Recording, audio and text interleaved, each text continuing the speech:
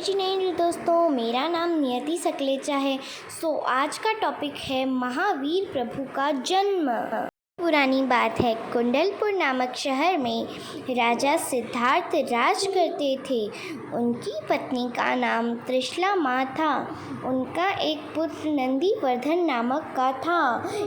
नंदीवर्धन के जन्म के बाद त्रिशला माँ को अनोखे स्वप्न दिखने लगे। उन्होंने इस स्वप्न के विषय में राजा से बात की। मैंने स्वप्न में देखा कि एक सफ़ेद हाथी, एक सफ़ेद बैल, एक सिंह, लक्ष्मी माँ, फूलों की हार और चाँद, सूर्य, ध्वजा, एक चांदी का कलश, कमल से भरा तालाब, खीर का समुद्र, दिव्य रथ और रत्नों का ढेर और अग्नि देखी।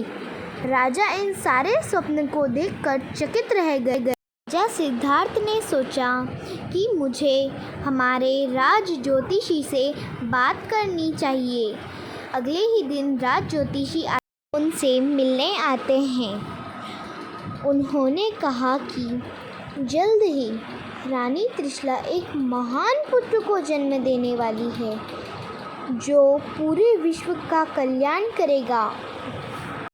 राजा और रानी ने ज्योतिषी से विनती की कि वो उन्हें इन स्वप्न के अर्थ समझाए। ज्योतिषी ने कहा कि सफ़ेद हाथी ये दर्शाता है कि आपका पुत्र समस्त मानव जाति की कष्ट और लालच जैसी बुरी बातों से रक्षा करेगा। सफ़ेद बैल ये दर्शाता है कि आपका पुत्र एक महान गुरु होगा। सिंह ये दर्शाता है कि आपका पुत्र बलवान और प्रभावशाली होगा। लक्ष्मी माता ये दर्शाती है कि आपका पुत्र धनवान और सफल होगा। फूलों की माला ये दर्शाती है कि फूलों की सुगंध की तरह आपके पुत्र द्वारा दी हुई शिक्षा चारों ओर फैलेगी। चांद ये दर्शाता है कि आपका पुत्र प्रकृति के अनुसार स्वस्थ होगा। सूर्य ये दर्शाता है कि आपका पुत्र लोगों को अपने आंतरिक दानों का नाश करने में सहायता करेगा।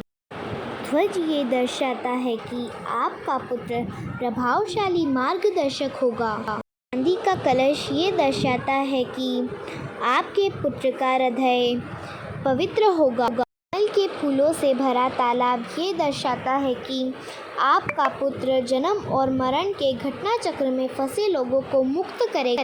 दूध का सागर यानी कि क्षीर समुद्र ये दर्शाता है कि आपका पुत्र विश्व को मुक्ति का मार्ग दिखलाएगा। दिव्य रथ ये दर्शाता है कि स्वयं ईश्वर भी आपके पुत्र द्वारा दी हुई शिक्षा का आदर करेंगे। का संग्रह ये दर्शाता है कि आपका पुत्र असीम बुद्धिमानी होगा, यानी कि कभी न खत्म होने वाली बुद्धिमत्ता। धूम्र मुक्त अग्नि ये दर्शाती है कि आपके पुत्र की बुद्धिमत्ता लोगों की मदद करेगी। राज ज्योतिषी की भविष्यवाणी सुनकर राजा और रानी अत्यंत आनंदित होते हैं। 9 महीने और 14 दिन बाद रानी त्रिशला ने एक सुंदर पुत्र रत्न को जन्म दिया, जिसका नाम उन्होंने वर्धमान रखा और सारे राज्य ने राजकुमार वर्धमान के जन्म का उत्सव मनाया।